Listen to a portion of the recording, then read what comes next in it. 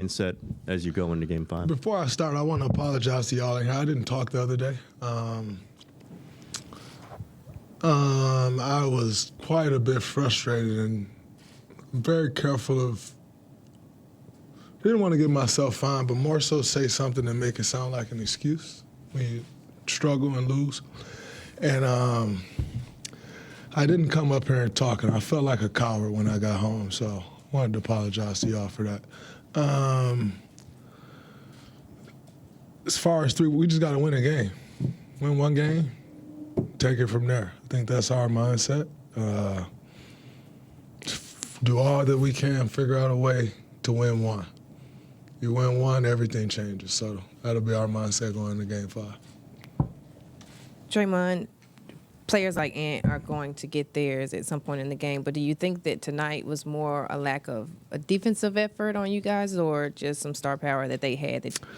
They hit shots. They shot the ball extremely well. I thought we defended good in spurts, but they got going and we never was able to put out the fire. So got to give them a lot of credit. Kind of felt like they were due for a great shooting night.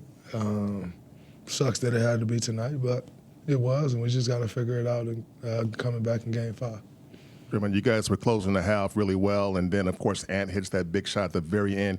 And you and Gary defended it like you should, but how big was that shot for him to go down at that time? It was huge. I think, one thing we talked about at halftime is like, yeah, he hit a tough shot, but what could we have done differently? Could we have not let him walk up to the spot, But it's like every time we're on a run, we're letting Ant break the run up.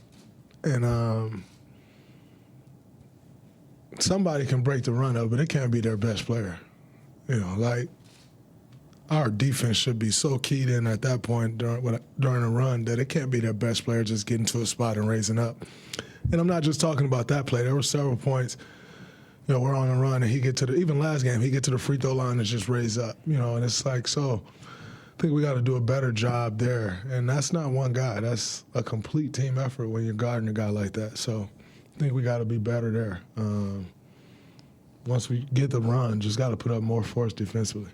You guys only got up 27 threes, and it was pretty low volume last game too. How do you generate enough offense basically in 2025 when it doesn't seem like you guys can get up that many threes?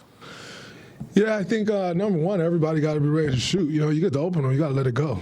I think sometimes we're passing some up. You're without Steph. At times, the first good look oftentimes will be the best look. And when you got Steph out there, you can turn down looks because you can go and play on the backside, and he creates causes so many dominoes to fall. But when he's not, you turn down that first open look and then go looking for something else, and it may not open up again. And so I think starters, we got to take the first open ones. Not mildly contested ones, but if they're open, you got to let it go. So I think that's where it starts for us. You guys are obviously facing elimination. It's later stage of yours and Steph's career. Do you expect him to almost try to push himself back considering the circumstances? And do you have to be part of a conversation of him maybe having to protect himself from rushing back? No, we're not going to Superman this thing. If he's in a place where he could play, I'm sure he will, and him and Rick and everybody will figure that out, but we don't need Superman. Got to play the long game. So if he can, we know he will, but there's no pressure. We got to figure out how to win whether he play or not. Draymond, you were talking about defending Ant. He was obviously a tough cover his first few years in the league, but now that his three is so much better, how much tougher is he? And is there anyone really in the league who has that combination of three-point ability and dynamic drives to the basket? No. There is no one. He is a one-on-one.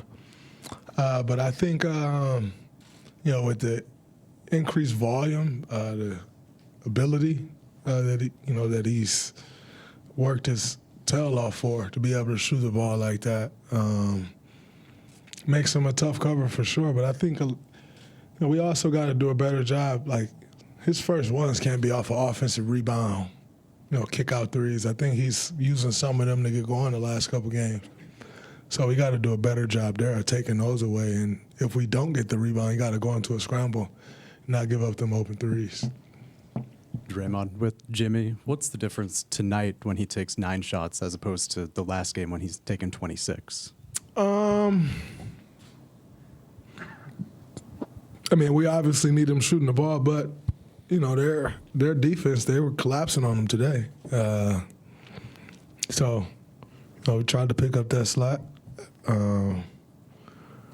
but I know he's not feeling well. Been pretty crappy all day, so that also affects the energy as well. But no excuses made here. I think that's on me. I got to find a way to get him in position, more position to score. I think tonight I was just trying to get him the ball, and I don't think I got him the ball in good spots, which then allowed the defense to load up on him. So I got to do a better job there of getting him the ball in better spots to where it's not as easy for the defense to key on him.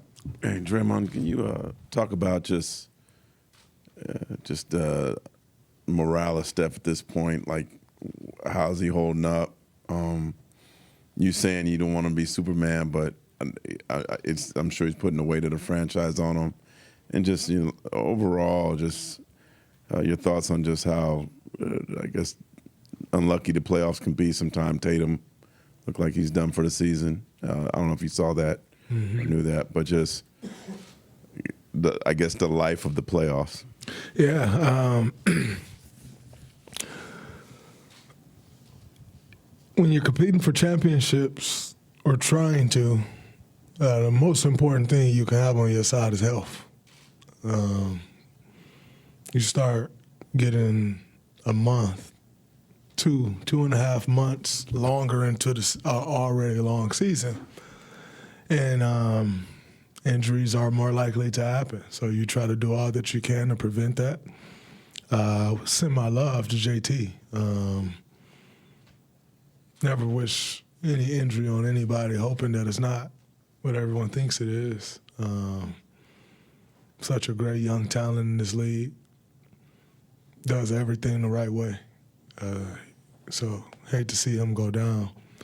As far as Steph, he's working his tail off every day. He's in here 8-9 hours a day, working, doing what he can to try to get back. So, his morale is great. Obviously, nobody's excited right now, but he's working to get back. That's all you can do at this point. Draymond, this is the third straight game where Jonathan Kuminga's had a good scoring game. I was wondering for you, what is it about this series where the spacing hasn't been ideal that he's been able to get to the basket, get to the rim, and what do you expect to see from him in Game 5? Same thing he's been doing. Putting pressure on the rim, getting out in transition, attacking seams where he can. But I've always said he's a special talent. You get the ball in his hands and let him figure it out. That's what I try to do. Expect him to have a big game for us in Game 5, but, we need him to continue to play with that same aggression. So we definitely need it.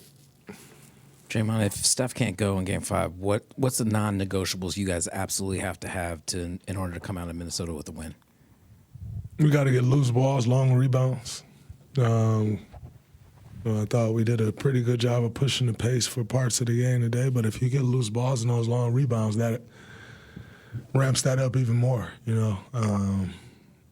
They get offensive rebounds, get the loose balls. We're taking the ball out the net. We're already missing our number one guy who makes the dominoes fall, so it makes it that much tougher. So got to come up with all the loose balls and set that type of tone, and then defensively got to be really good. You can't give up 117 points without Steph, you're probably losing, because the likelihood that we're going to score 117 points without him is not that high.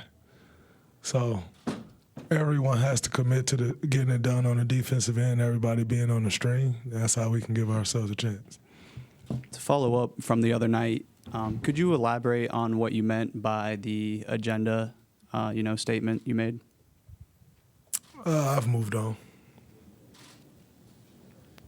What has it been like for Steph on the bench watching these games he can't play in? Is he silent? Is he talkative? Is he angsty? What do you feel coming off of him? He's not silent. He's talking, communicating with everyone.